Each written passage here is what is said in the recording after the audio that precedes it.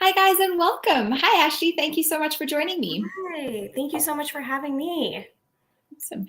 So today we are going to be chatting about anesthesia and sedation in rehab practice, which is a very interesting subject and something that I know nothing about. So I'm really looking forward to learning some stuff today.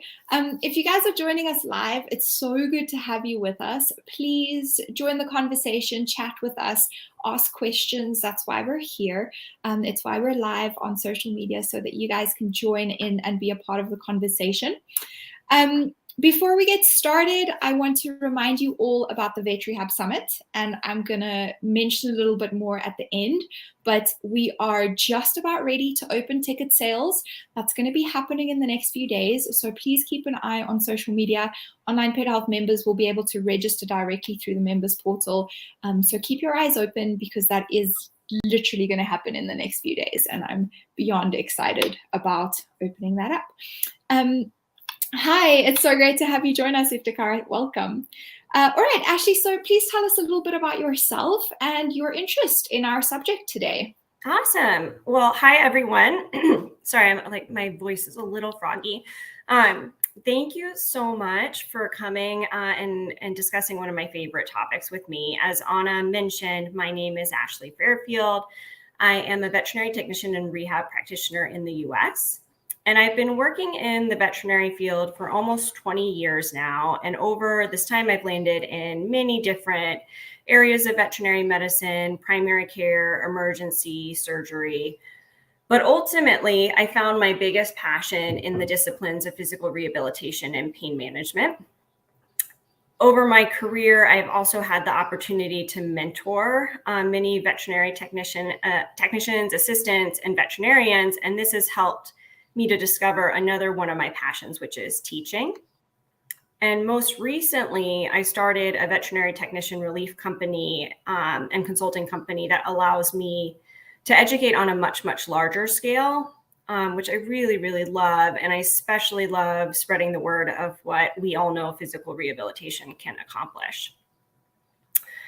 But today I wanted to focus a little bit on the anesthesia side and talk about strategies that can improve the processes of sedation and anesthesia in our rehab population. All right, so super interesting subject. And this is actually a subject that Meg has been kind of pushing me for a while to discuss. So I'm really excited that yeah, for sure. It's one that I've pushed against a little bit because, like I say, I really know nothing about sedation and anesthesia, and I've never incorporated it into my work with my patients. So I'm very keen to learn today how we could be incorporating it, and yeah, where those opportunities lie. So tell us a little bit more, maybe before we get started. There are others like me. What is the difference between sedation and anesthesia so that we're just on the same page? So I think that everybody has this, all anesthetists have their own spectrum of what they consider to be anesthesia or versus a heavily sedated patient. But the technical definition is that a patient is considered anesthetized when they have a full loss of consciousness. And when training, I have encountered this assumption that sedation is inherently safer than anesthesia. But one of the things that I wanted to really do during this talk was to challenge this idea that heavy sedation is better for the patient or easier for the patient to tolerate than general anesthesia. Okay, so it's actually not like a black and white thing, as you say. Yeah, different people will have a different kind of view on where that line is. That's super interesting. All right. Yeah. So what is? Oh, go ahead. No, go talk more about heavy sedation. Yeah, so heavy sedation, it's not going to be suitable for all patients. And there have even been studies that suggest heavy sedation may increase the odds of anesthesia-related death when compared to general anesthesia. So not to discourage heavy sedation versus anesthesia, but I just wanted to, one of the things I wanted to touch on was that the decision between choosing the two is going to be really nuanced, and it's helpful to think of each patient as an individual. Okay. Like everything that we do. I love that. All right, good. So what has your experience been when it comes to bringing those two things together, sedation and anesthesia and rehabilitation? Yeah, so my role as a relief technician and consultant has exposed me to a variety of ways sedation and anesthesia can be incorporated into the rehab setting. So we know it's not uncommon for our rehab patients to require therapies that no patient would tolerate while they were awake. Things like an arthrocentesis or a joint injection or prolotherapy or shockwave therapy. And again, I found that because these procedures are often quick, there is this misconception that the procedure is safer, and that sense of quick and safe may lead to inadequate preparation for any complications if they were to occur. So today I wanted to talk about some simple strategies that we can incorporate to improve the process of sedation and anesthesia in our rehab population. Okay, I love that. All right, so talk to us a little bit about safety considerations and how we can make sure that we're preparing properly. Yeah, so again, it starts with deciding whether we want to apply heavy sedation versus general anesthesia. So when we're making that decision, really, again, considering the patient as an individual and considering the patient's medical history, their physical exam, maybe any pertinent recent diagnostics. And then I think something that gets really underlooked is in selection of drugs or in sedation versus general anesthesia is what that patient's temperament and fear, anxiety, and stress level is, because that's going to definitely impact how effective the cocktail that you choose is going to be. And then also considering the procedure to be performed. How invasive is the procedure? How painful is the procedure? Will it exacerbate any existing pain? Even just like the positioning for that procedure, maybe they have a comorbidity that is completely unrelated to what they're being sedated or anesthetized for today, but that positioning could aggravate whatever is uncomfortable for them additionally. And then how imperative is it that that patient is immobilized? Is it something that they, can be a little bit awake for, and we just need to improve their tolerance? Or is it really imperative that they are very, very still and very, very asleep? And then regardless of whether we choose heavy sedation or anesthesia, I really want to drive home that I like to prepare for them as if they were the same. So even if I'm not expecting a patient to require to be intubated or to require to be put on a vaporizer or have oxygen or be hooked up to the anesthetic machine, I like to have everything ready as if I were to do those, because things can quickly change. And something that, we expected to be very quick and routine can very easily become something that we need to convert to a full general anesthesia. So having that preparation is going to make everybody's life easier.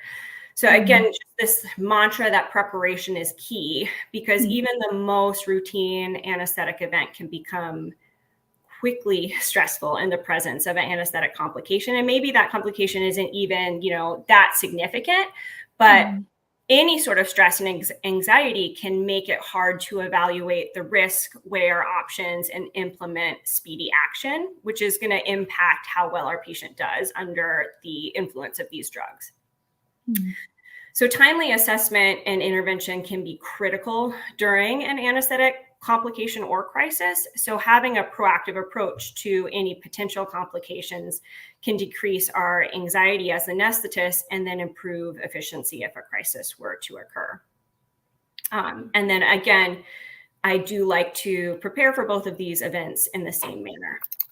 I really love that you've said it that way, because it makes, like you've said, your mental state and your stress level when things go wrong, if things go wrong, you're just in a much better position to respond instead of reacting. When you've prepared yourself for as many scenarios as possible, you can make the best decisions for that patient. So I really love that perspective and that thinking, because like you say, you're not really going into an emergency scenario, but if something were to happen, how well can you react and can you respond to that to the benefit of the patient? So I really love that. Do you want to talk more about that preparation procedure? Yeah. And I love what you said too. We never expect for there to be an emergency. But I mean, over my career doing anesthesia, there are patients that you expect to be really routine, and then very quickly that can become something that, you didn't anticipate a complication. So if we have our ducks in a row and we have that muscle memory of, okay, I know that all of my equipment is here, it's readily available to me, I can implement action much more quickly and much more effectively. I like that. So I think the best place to start is an anesthesia safety checklist. And for those who are unfamiliar, these checklists are going to prompt the anesthetist to confirm that specific anesthetic safety procedures are performed and provide a legal record for the hospital. And there have been many studies, and even in human medicine, that have shown that checklists can reduce patient risk by preventing these critical mistakes and errors. They're going to prompt you, did I do everything before I put drugs into this patient? An example veterinary anesthesia safety checklists are going to be available. There are many of them, and they're available online for free use and can be tailored to each practice's needs. So you can kind of incorporate them based on what your practice flow is. And I also really want to ensure that all of my equipment is functioning and correctly working before use. And this is going to eliminate the need to troubleshoot any issues during the procedure. Most equipment is going to require regular maintenance, and the anesthetist should be familiar with the manufacturer's recommendations for the equipment that they have in their hospital. Even if you're not planning on using an inhalant for the procedure, I always want to make sure that my anesthesia machine is pressure checked with an appropriate circuit attached, and that any leaks in my circuit are going to be identified and addressed before use. Because again, something that we expect, maybe they only need oxygen supplementation during their heavy sedation, could quickly go to, I need to intubate this patient and I need to maintain them on isoflurane or sevoflurane so that they stay at a better plane. So having that contingency and planning set in place before we get to that point.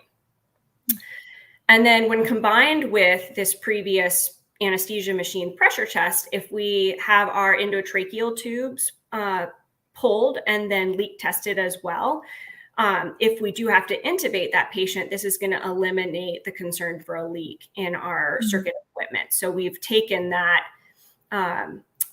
hiccup off of our plate. We can also verify that the vaporizer has enough inhalant in it and that we have enough oxygen to supplement during the procedure. And then one thing that I think often gets overlooked as well is replacing the CO2 absorbent. And this needs to be replaced if it's been in use for longer than 8 hours. So I've definitely seen where that gets kind of overlooked. I also want to have my multi-parameter monitoring units turned on and inspected for errors and placed in standby mode so that I can very easily attach them to my patient once they're at an appropriate level of sedation. And just making sure that, hey, my capnograph is working, or, I have all my ECG leads attached so I don't have to run over to the inventory area of the hospital to try and replace it. Readying my anesthetic monitoring sheet and having that readily available. This is going to help me record and track record and track important patient information during the procedure. And it's going to provide a detailed record of the patient's anesthetic event. And this monitoring sheet is going to provide the anesthetist and clinician additional context in making treatment decisions, and should be used even for brief procedures. Even if you're only expecting them to be out for a couple of minutes, I want that available because it can show me any trends that I need to take into account. And I really advocate for use of a graphing anesthesia sheet, because this is going to provide a visual representation of anesthesia-related data, making it easier to identify any trends or patterns versus, a written anesthesia sheet where you're kind of just looking at numbers, and it's not going to be as easy for you to say, hey, we're seeing a gradual hypotension, or we're seeing a gradual tachycardia. This monitoring sheet is also going to serve as a legal document in the event of a malpractice claim, which we never want to think about, but it's so nice to have in the event of that occurring, because you have everything documented. I think that, like you say, we don't want to think about that, but it does happen that a client is unhappy or for whatever reason, and it might just be their perception, and it can be really difficult on us when we're already struggling with our confidence or imposter feelings. We will immediately jump to, oh my gosh, what did I do wrong? What did I miss? We'll blame ourselves immediately, because that's who we are, right? Absolutely. And if we can go back to those records and say, hey, I didn't do anything wrong. Things happen that are out of the ordinary. I responded appropriately. I did the best that I could. That helps us communicate effectively with the client that's unhappy, but it also helps us to stay accountable to ourselves. Exactly. And to continue to foster in ourselves a mindset of I'm going to just say love, because the words are not coming easily to me today, but so that we're not constantly criticizing and judging ourselves super harshly like we do, because we do. That we can be a little bit more objective and a little kinder to ourselves. I think that's so important. And I really advocate for, even if the sedation or anesthesia was relatively routine, going back and auditing your own anesthesia records, because we're all learning. I mean, by no means am I an expert on anesthesia. I am going to continue to get as much information as I can over the course of my life on it and everything that I'm interested in. So being able to be like, hey, maybe I should have intervened a little bit sooner, even though, nothing terrible happened, but being able to try to elevate our standard of practice within ourselves routinely too. I love that. Good. Okay. I want to ask a little bit more about, when we're deciding whether or not to use this tool within our rehabilitation practices, who are we going to speak to? So for example, you are in a veterinary practice, right? And you're working together with staff, with the professionals that are using anesthesia and sedation on a regular basis. But for someone like me who is in a separate practice, who's working separately from vets, that's not the right way to say that, but we're not in the same building. We're not necessarily having conversations every day. If there was something that I wanted to do under sedation, who would I be having those conversations with, and what would that preparation kind of look like, to give me an idea of how many people are going to have to be involved from the veterinary staff side? Where do we have to do it? Those kinds of logistical things, I would say. Yeah. So I kind of straddle both sides of this, because I practice rehab under the supervision of a veterinarian, but am largely seeing patients by myself. And then, but I also work in the same building where any sort of sedations would occur, and will sometimes do those procedures. So it's, in my case, If I have a patient who I think requires some sort of level of sedation for whatever, then I'm going to talk to my clinician and you make an argument for, hey, I need, I really think that this patient needs XYZ. Are you comfortable with performing that? Are you comfortable with this cocktail of drugs to use? And then we kind of collaborate, and ultimately the veterinarian or the overseeing clinician is going to be the one who signs off on that in my case.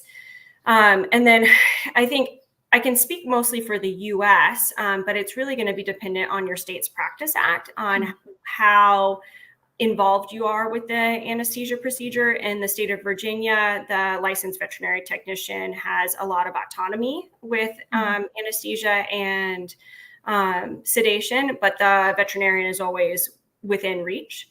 So I think it just kind of depends on where you are in the country or the world. Hi, Meg. It's good to have you join us. What kind of timeline are we looking at? So you've described quite an intensive preparation procedure. Yeah. How long does that take you just to prepare?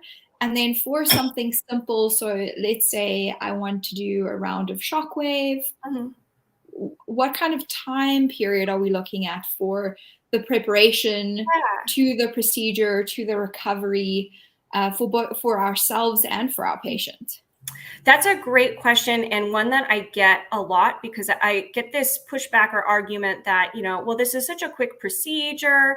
Do I really need to take so much time with preparation? We need to be efficient. We need to be able to get these patients in and out. And I do think that initially it's going to take a little bit longer to develop that muscle memory of like, I need to get all my ducks in a row. So I always, when I'm training, I guess warn who is running the practice, hey, I promise you this is going to be very quick eventually, but we need to take the time to develop that muscle memory so that this can be executed in a quick manner. So when I'm training, I try to give like 20 minutes for to go over, pressure checking and getting all of our supplies and making sure the crash cart is well stocked and having emergency drugs calculated. But now, it takes me probably like 3 minutes or so. And especially if you put in processes where everything is kind of in the same place and readily available, and you have these redundancies where, I have this and this and this, and if I overlook something, it's still going to be right here. That's going to be really helpful. So I think ultimately there's no good argument to not prepare, because it's going to take very little time. Okay. No, I love that. Practice. What is that little saying? Proper preparation prevents poor performance. I love that. Yeah. Yeah, that's what it comes down to. Preparing properly is at the end of the day what's going to be the best thing for our patients. So I really like that approach. Thank you for sharing that. Yeah. So what are some other reasons that you might put a rehab specific patient under sedation? I think in all my time, there's been one where I've said, okay, I think this one we need to do together. And it was a contracture that I wanted to get stretched out. And obviously that's very painful, but without stretching and without, kind of casting in that stretched position, it's very difficult to come back from. So that would be one that I can think of. What are some other ones that you've, That's a great one. And I've definitely been there. Even just aside from rehabilitation, I think in veterinary medicine, the sedation is kind of underutilized in regards to when you consider the patient experience. So I think it could be as simple as this patient is quite fearful. We haven't developed that rapport that we are very lucky to be able to do in rehab yet, but maybe it's like their first visit, their second visit, and they're terrified and I need to do an exam. Maybe having some moderate to heavy sedation to accommodate that could be helpful. So it could be as simple as I just want to improve this patient's experience. I do think that the stretching, the contracture one is one that I have done several times, because you're absolutely right. That is quite uncomfortable. Shockwave, depending on what kind of unit, can be really intolerable. And even if you do have a patient who tolerates the shockwave itself, sometimes that noise can be quite scary. And that audiophobia is enough reason for me wanting to administer some sort of sedative.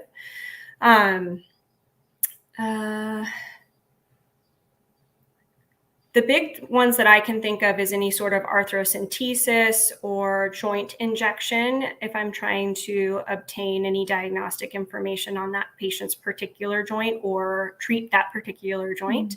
I know Synovitin is starting to become quite big in the US, and so they're sedated for that. You've mentioned fear, because I think you're right. We don't consider this as a tool for us to help overcome that fear enough in our patients. And I think it might be a really good option in some cases.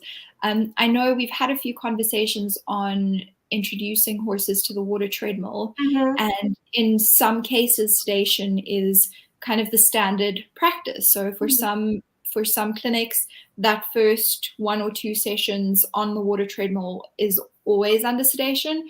And for others, it's sometimes under sedation, depending on the horse. So I think that there is something there. How does sedation actually change their experience? Because are they able to still kind of make sense of what is happening around them and amalgamate that memory and that experience into something positive while their fear is just toned down? Like, how exactly does that impact their mental state and what they remember about that experience? That's a really good question. And I think a difficult one to answer simply, because I think it has so much to do with what drugs or what combination of drugs you choose. For example, if you're using, maybe they're painful and you choose a medication that's a sedative but not an analgesic, they're going to have a much different experience because you haven't addressed that pain portion. So maybe even though they're quite sedated, you think they're having a good experience, they're not having as good of an experience as you think. Versus something like ketamine, which can look quite awake, but they're so disassociated that they're probably not going to remember much of what has occurred.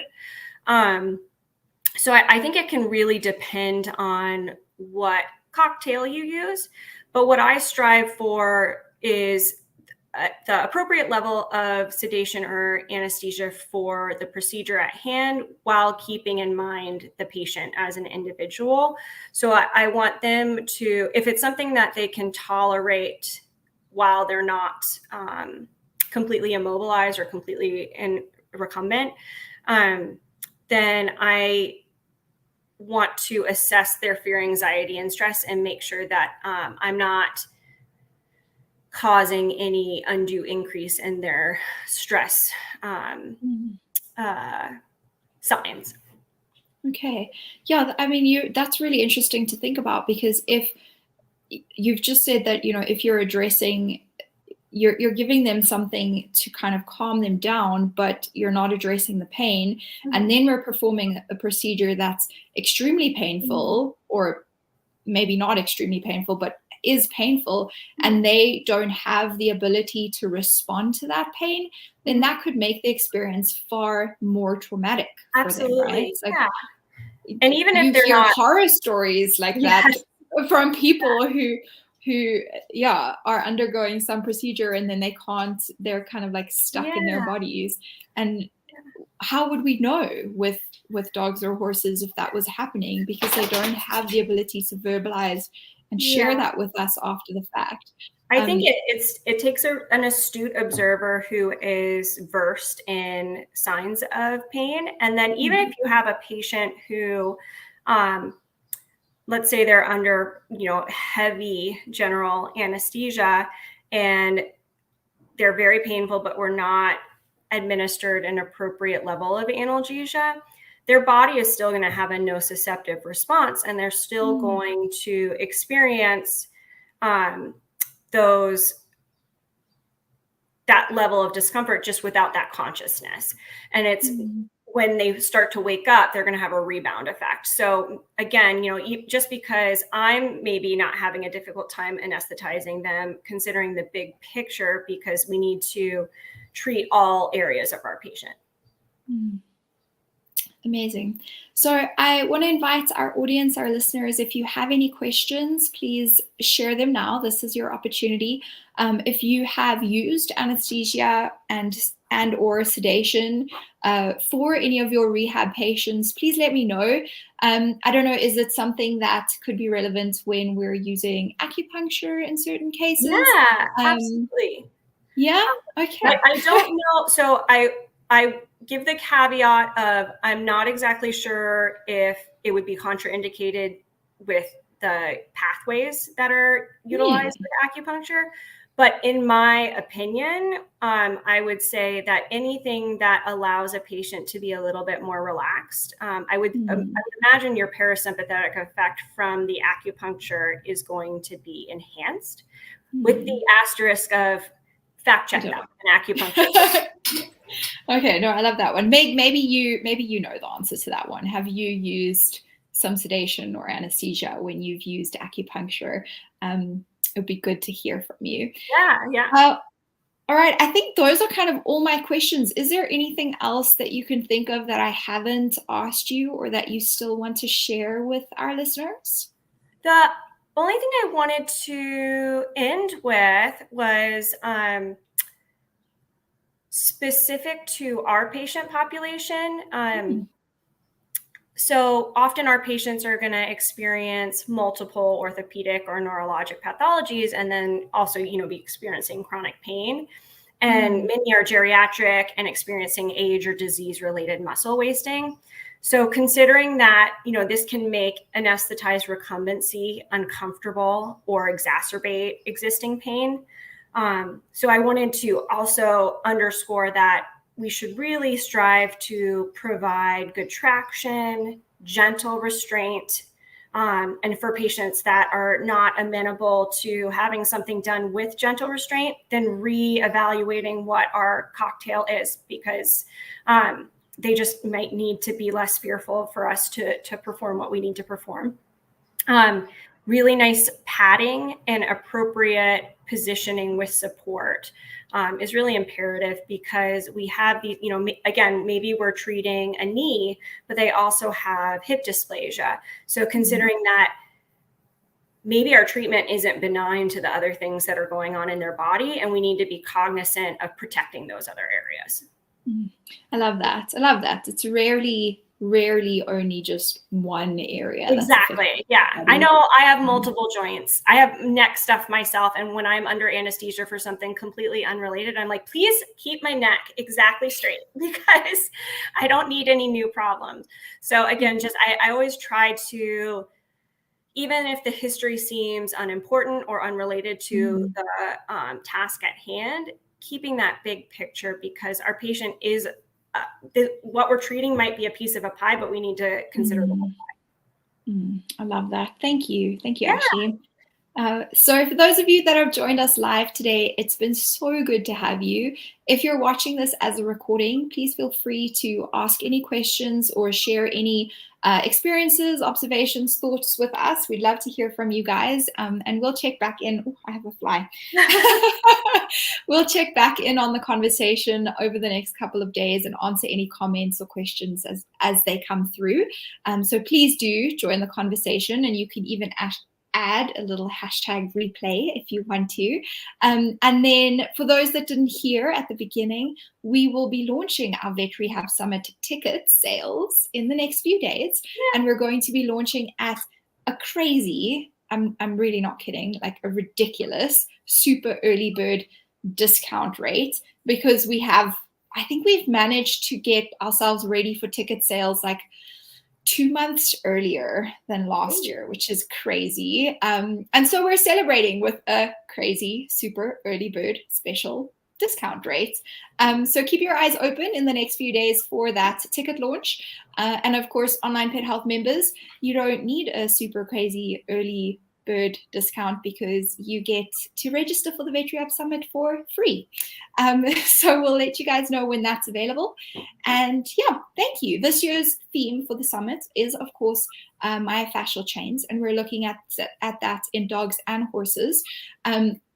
Our two lecturers are Wipke Albrandt and Rika Schultz, who were part of the team who have been doing the research and doing the dissections in equines and in canines, and have published their work on the different chains in horses. We're very much looking forward to those publications in dogs, hopefully soon. I can't wait. So yeah, guys, thank you so much for joining us live today. It's been great having you. Thank you, Ashleigh. Awesome. Have a great day. Bye.